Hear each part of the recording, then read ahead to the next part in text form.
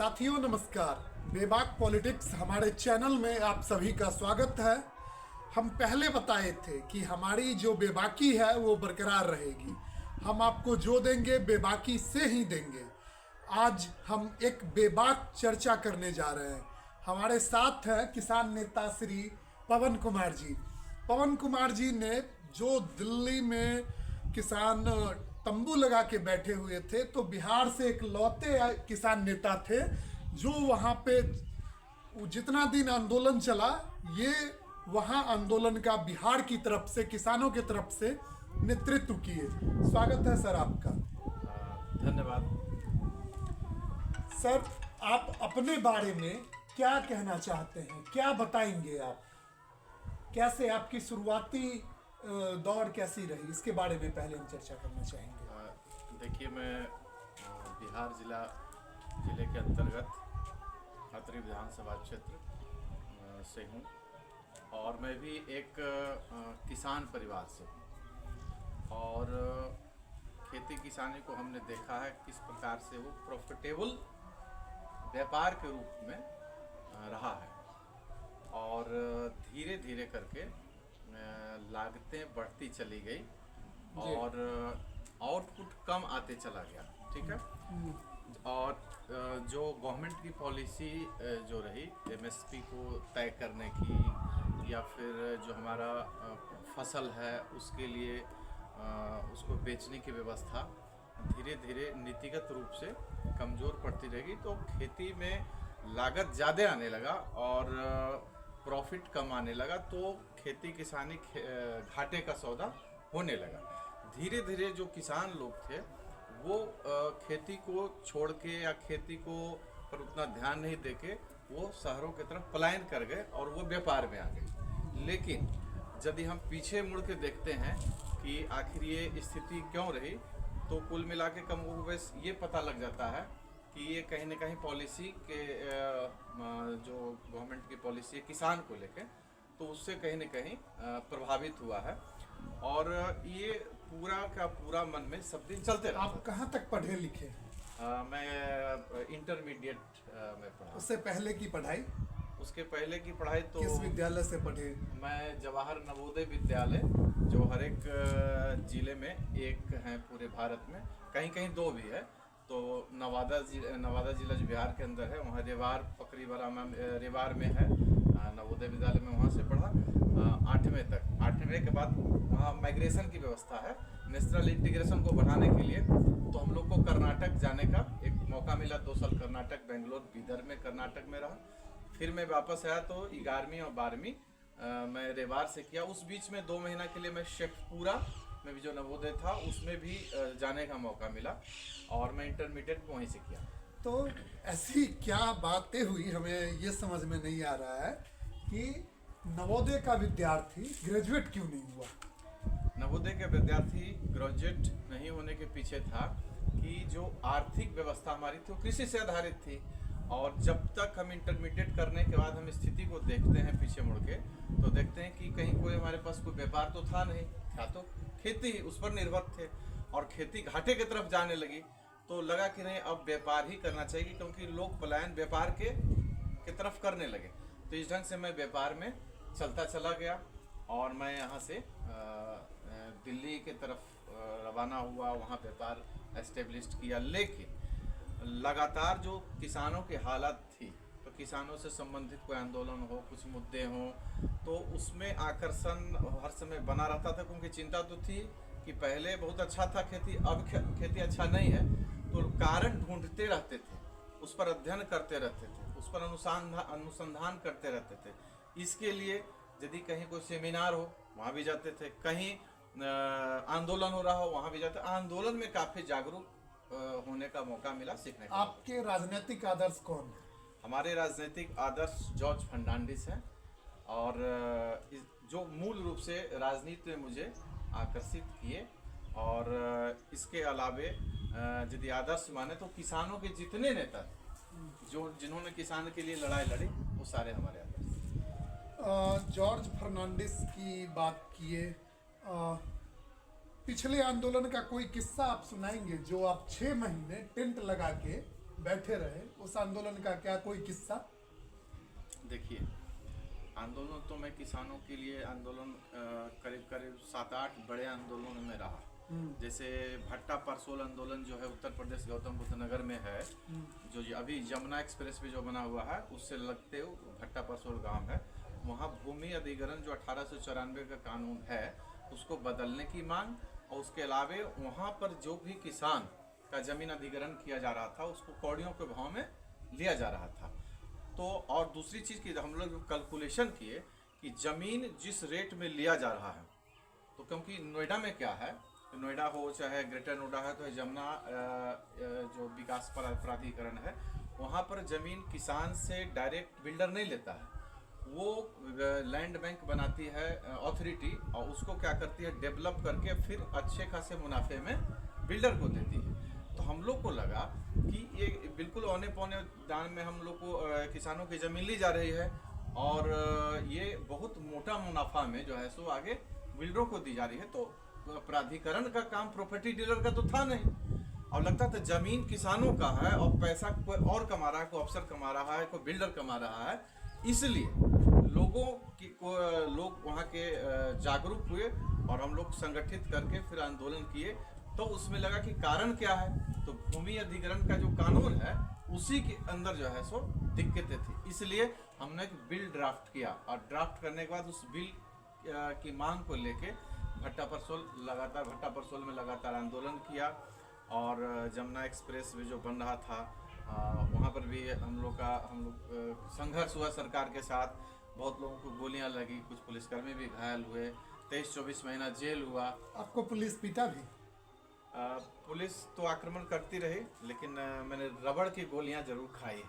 अच्छा। रबड़ की गोलियां बहुत खाई है, लेकिन संघर्ष करते रहे, आज भी कर ही रहे हैं, हम भागने वाले नहीं है। और लेटेस्ट तो आंदोलन आप देखिए, जो तीनों कृषि कानून सरकार लाई थी, और तो हम लोग उसको काले कानून कैसा उसको वापस करने की मांग, और एमएसपी को कानूनी दर्जा देने की मांग को लेकर हम लोग लड़े। आप देखिए कि पूरे लंबे समय तक लड़ाई लड़े, हमारे 100 से ज़्यादा किसान शहीद हुए, फिर सरकार मजबूर हुई। उसके बाद हमको लगता है कि भारत के इतिहास में आप जो 3 काले कानून, कृषि कानून के खिलाफ जो आप बैठे हुए थे, जिसे आप काले कानून कह रहे हैं, तो किसान भी मर रहे थे, मारे जा रहे थे, डर भी लगता था क्या? देखिए, ऐसे भी जो कानून आया था तो उस कानून के तहत किसान तिल के ऐसे भी मर जाता, ऐसे भी उनकी ज़मीन छीन जाती, ऐसे भी बेरोजगार हो जाते। सारे पूंजीपति जो लोग हैं उनको ज़मीन पे ही ध्यान था, है ना। तो धीरे धीरे करके ऐसे भी तो मरना ही था।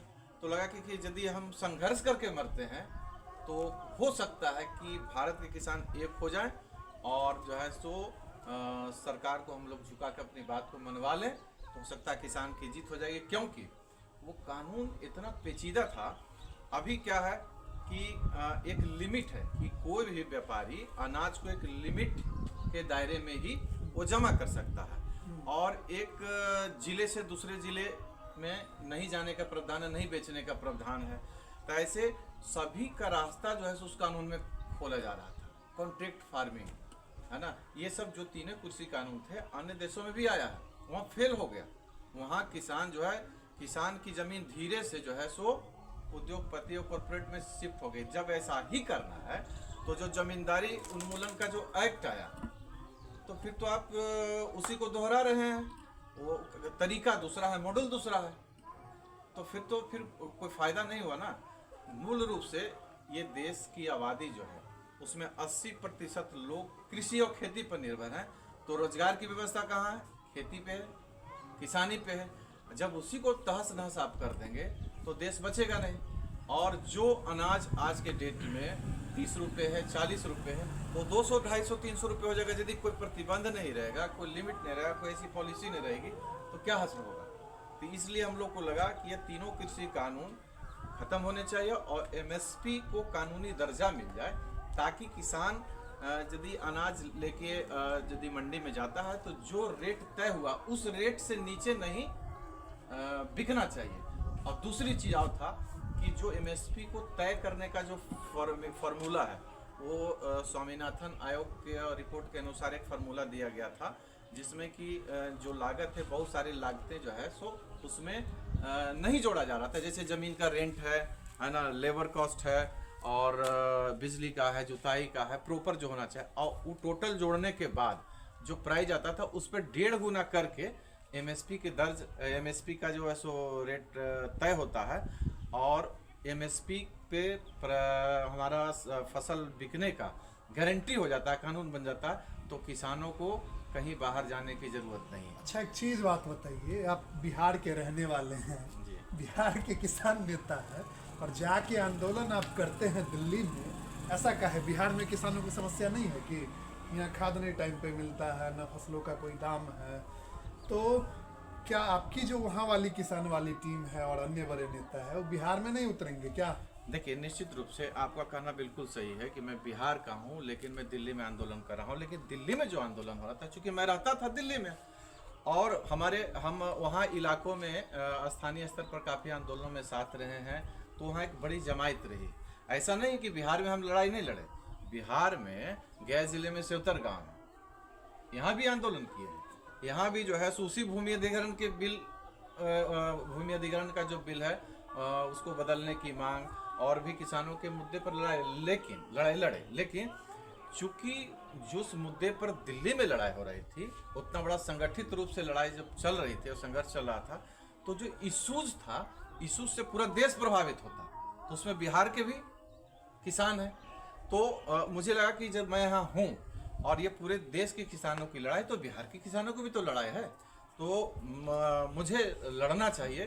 तो मैं बिहार के लिए भी लड़ रहा था, पूरे देश के लिए भी लड़ रहा था, इसलिए मैं वहाँ लड़ रहा था। अच्छा, एक बात सच बताइएगा। जी बिल्कुल। आंदोलन में नेता बनने गए थे कि सही में समस्या उठाने गए थे? नहीं, हम लोग नेता बनने का वो पूरा मॉडल ही नहीं था। इसलिए मॉडल नहीं था कि वो संयुक्त किसान मोर्चा के बैनर तले आंदोलन चल रहा था, और उसमें एक प्रिविलेज क्या था कि कोई भी किसान यदि कोई संस्था उसकी है, उस संस्था का बैनर लगा सकता है, वो अपना टेंट लगा सकता है, और जो आंदोलन के मुद्दे हैं उस पर अपना समर्थन दे सकता है। रोज वहाँ सभाएं होती थी, उसमें कहीं कोई टॉप लीडरशिप नहीं था, वहाँ कलेक्टिव लीडरशिप था।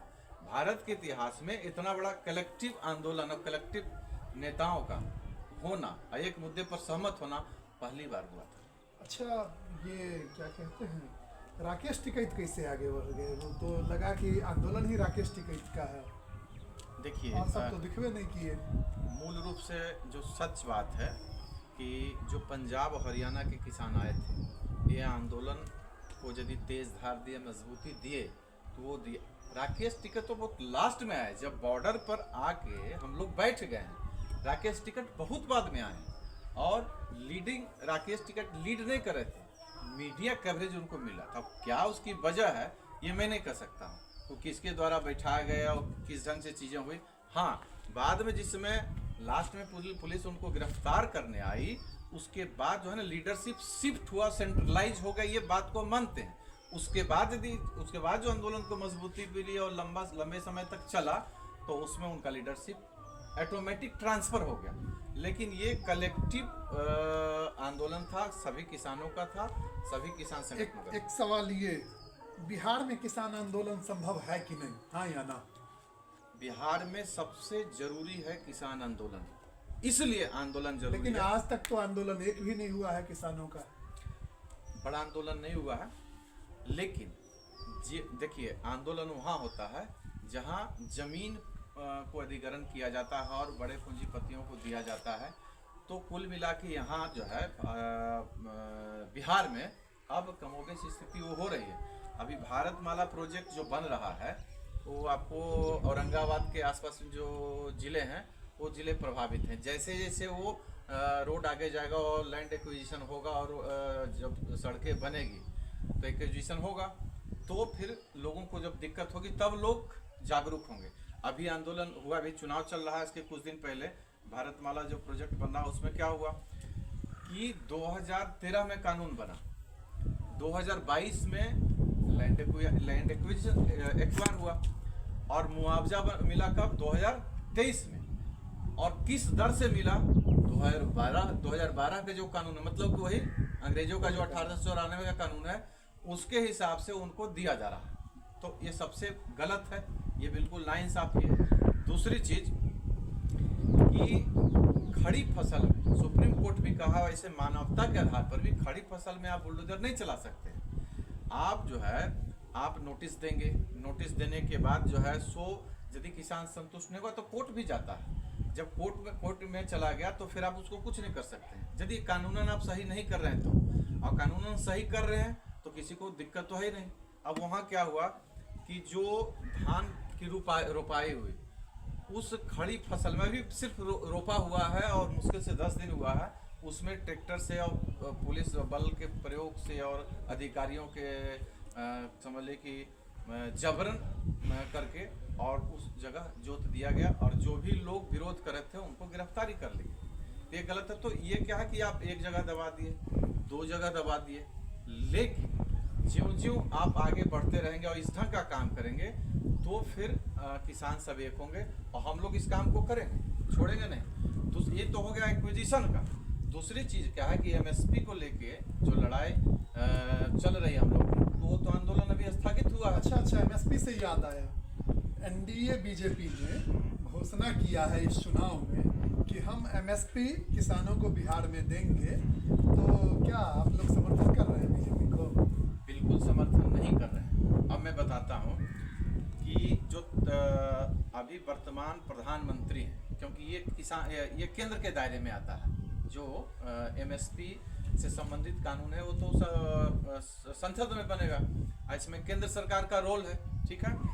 और केंद्र सरकार के प्रधानमंत्री नरेंद्र मोदी जी 2013 के पहले इस देश के तत्कालीन प्रधानमंत्री थे मनमोहन सिंह और गुजरात के मुख्यमंत्री थे कौन? नरेंद्र मोदी।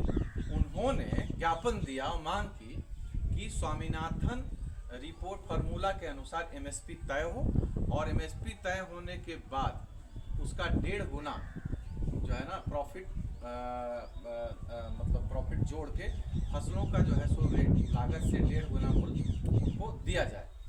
अब वो डिमांड किए थे एज ए मुख्यमंत्री। अब जब 2013 के बाद इनकी सरकार आई तो उनको कोई रोका तो नहीं था। कितना वर्ष हो गया? 2013 से जो है अभी हो गया 25, तो उनको कोई रोका नहीं था।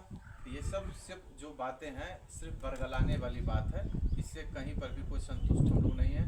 दोबारा से जब तीनों कृषि कानून के साथ हम लोग Ghazipur border, सिंगो border, Tekari border पर बैठे तो कहा गया कि तीनों कृषि कानून हम वापस ले लेते हैं, मुकदमे जो आप लोग पर लगे हैं वो वापस ले लेते हैं और हम एमएसपी पर जो है कानून बनना है उस पर हम आपका सहमत है, एक कमेटी बना देते हैं और उसके बाद फिर हम इस पर विचार करके फिर जो है उसको लागू करें। तो फिर जो है अभी फिर सरकार बन गई उनकी, तो अभी तक ही लागू नहीं किए।